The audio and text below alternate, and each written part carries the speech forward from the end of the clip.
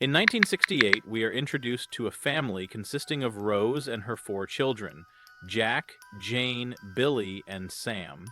Rose has brought her children from England to the USA because this is where her childhood home is located, a home called Marrowbone Residence. The name of the house is derived from her middle name.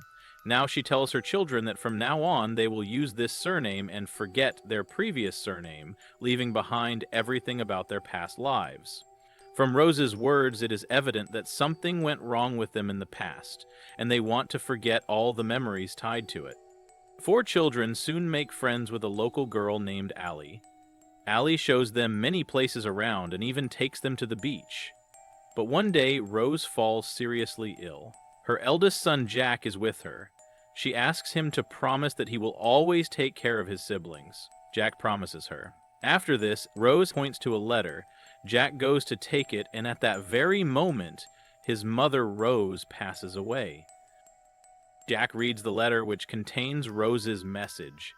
Until you turn 21, never tell anyone about my death.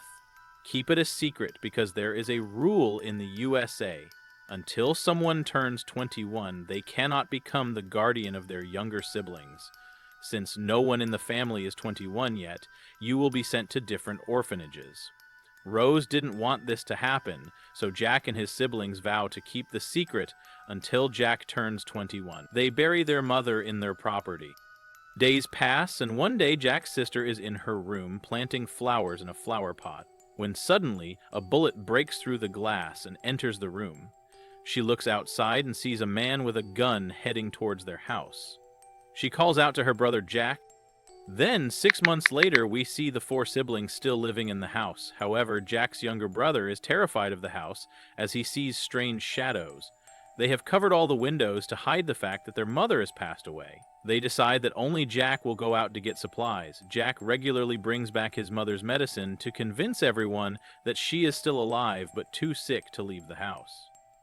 Jack goes to a library where Allie works. Jack and Allie like each other. One day, when Jack is at the library, a lawyer approaches him. He tells Jack that his mother had applied to transfer the house to her name and the paperwork is complete. The lawyer says that he will come to Jack's house the next day to get the required signatures and a fee of $200. Jack gets scared upon hearing this because he doesn't want the secret of his mother's death to be exposed. He tells the lawyer that he will get his mother's signatures himself as she is too ill to meet anyone. The lawyer insists that he will come to the house to get the signatures. Jack hurries back to his home and tells his siblings everything. They face the problem of not having $200. Then Jack remembers a box that his mother had given him before she passed away, saying that it contains money but should never be used because it is cursed. With no other option, Jack and his siblings decide to use the money. Jack's younger brother brings the box, and they find the money inside. But they still need their mother's signature. Jack's sister starts copying the signatures.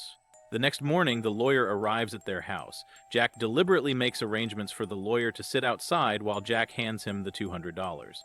He tells the lawyer that he has already arranged for his mother's signatures as she is too ill to come out.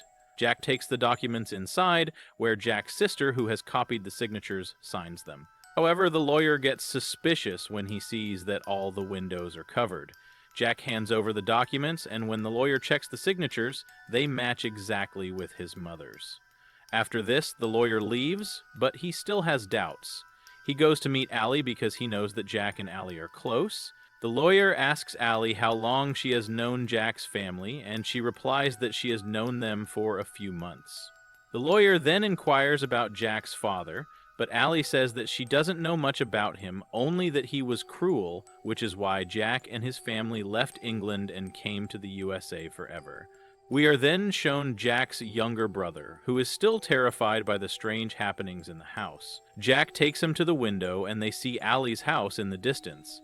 Jack signals to Allie with a light, and she notices. Allie responds by signaling back. The next day, Allie and Jack meet, and Allie asks him about his father. Jack says that he was a demon who tormented them a lot, but now he can't harm them anymore because they have left him behind and come here for good. As Jack says this, he becomes very upset. Allie comforts him, and in the distance, a lawyer is watching everything, who also secretly likes Allie. However, he knows that Jack and Allie like each other, which is why he hates Jack. Jack returns home, where his younger brother asks him where he had been. Jack says that he went out. His brother says, "I know you meet Allie often, you tell her a lot of things." An argument begins between them. Meanwhile, Jack's younger brother, who is in their mother's room, falls from a chair. Then the curtain near the mirror moves, and he sees a shadow in the mirror, which scares him a lot. On the other side, Jack is shown unconscious. When he regains consciousness, he goes to his siblings, who are very worried. Jack asks them what happened. They tell him that their younger brother saw a shadow in the mirror again, and they believe it is their father's spirit which wants to kill them all. Jack says that can't be. He is dead, and a dead person can't harm anyone. His sister says, "His soul can't die. I think it's our father's spirit haunting us. If we want to be free from all this, we need to bury his body with proper rituals." Jack refuses, saying that they tormented him too much and he wants nothing to do with his father's body.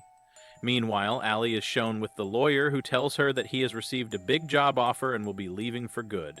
He wants her to come with him and they could get married. Allie refuses, saying that she likes Jack.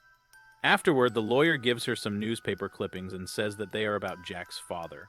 The clippings reveal that Jack's father was a demon who abused his children. The next scene shows Jack's house, where his sister hears noises coming from an antique item. She slowly moves toward it, and suddenly an animal appears, pulling something out of the antique.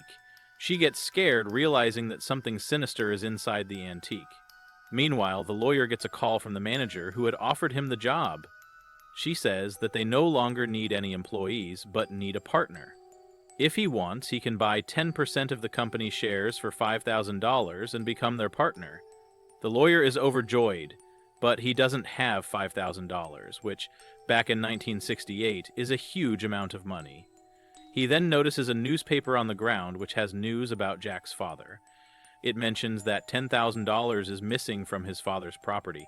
The lawyer realizes that Jack and his family have the money and must have stolen it from their father's estate. He meets Jack and blackmails him, saying, "I know you have the money. Give me $5,000 and I won't tell anyone." Jack is troubled by this. The box his mother had given him, claiming it was a cursed box, actually contains the $10,000. Jack's father was a monster who had assaulted his own daughter, and Jack testified against him, leading to his father being jailed. Jack's father always wanted revenge on his children. Jack had hidden the box with the money in the basement, as everything had gone wrong after he used $200 from it. Jack's brother discovers this and sneaks into the basement, which has another entrance through the antique. He finds the cursed box with the money, but suddenly a man attacks him. Jack's brother barely escapes. In the next scene, Jack is unconscious. When he regains consciousness, his injured brother tells him, "Our father is still alive in the attic." He somehow survived by drinking rainwater and eating rats and insects, which is why he managed to stay alive. Jack is horrified. That night, Jack once again signals Allie with the torch, meaning they'll meet the next day at their usual spot. Allie comes, but Jack isn't there. She finds a diary belonging to Jack where he has written about everything. Allie learns that Jack's father was a demon who abused his own daughter, and Jack had testified in court, which led to his father being jailed. All of them were very scared of their father, because he was a psychopath. That's why they all came from England to the US. But one day, their father escaped from prison. After escaping, he wanted to find and kill his family, his wife and children. But by then, Jack's mom had already passed away.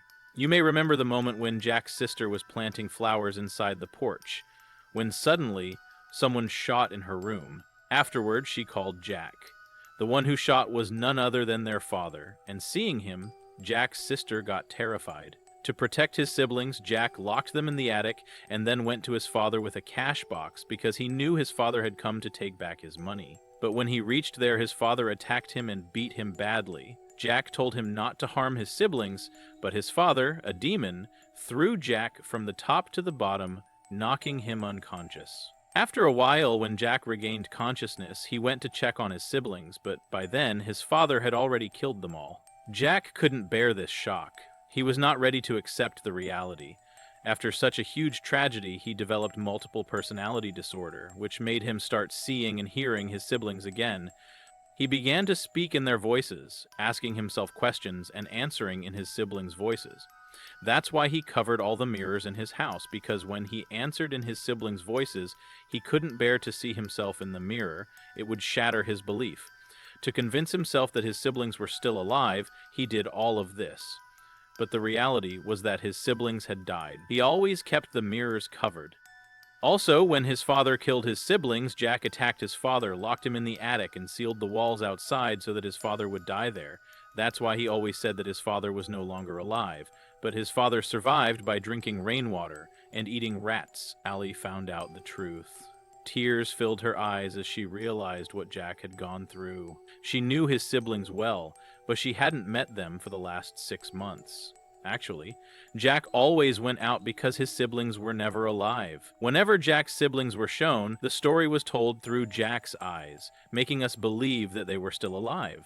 In the next scene, we see the lawyer who had come to Jack's house to claim his money. He first goes upstairs, where he notices that someone has sealed the attic walls. He thinks Jack and his family hid $10,000 that they had taken from their father's house. So he breaks the wall, but when he enters, his eyes widen in shock, because inside he finds the dead bodies of Jack's siblings, which leaves him utterly confused. Now Allie also arrives to meet him. She sees that Jack's condition is very bad, and he is talking to himself in different voices. Allie tries to console him, but Jack tells her to leave. Just then, a loud scream comes from upstairs. Allie rushes upstairs and finds the lawyer gasping for breath. She asks him who did this, and he points toward the door. When we look behind the door, we see Jack's father, who is coming toward Allie to kill her. Allie calls out for Jack to help her, but Jack is too scared to come because he knows his father is there. However, his younger brother has no fear of going to the attic. Jack enters his brother's personality and comes to the attic with a gun. Just before his father can attack Allie, Jack shoots his father. Sometime later, Allie is taking care of Jack. He has been discharged from the psychiatric hospital, but the doctors still give Allie medication for Jack, telling her that it's necessary for him to stay in the real world, or else he will continue believing his siblings are still alive. Allie knows how much Jack loved his siblings and couldn't live without them. That's why she decides not to give him the medication. She takes good care of him, and Jack continues to see and play with his siblings, believing they are alive, which gives him peace of mind. Allie stays with him and has decided to always stay with Jack. And that's how the movie ends. Which movie would you like to hear about next? Be sure to let me know in the comments below, and if you liked this video, please give it a like. If you want to see more videos like this, don't forget to subscribe to the channel.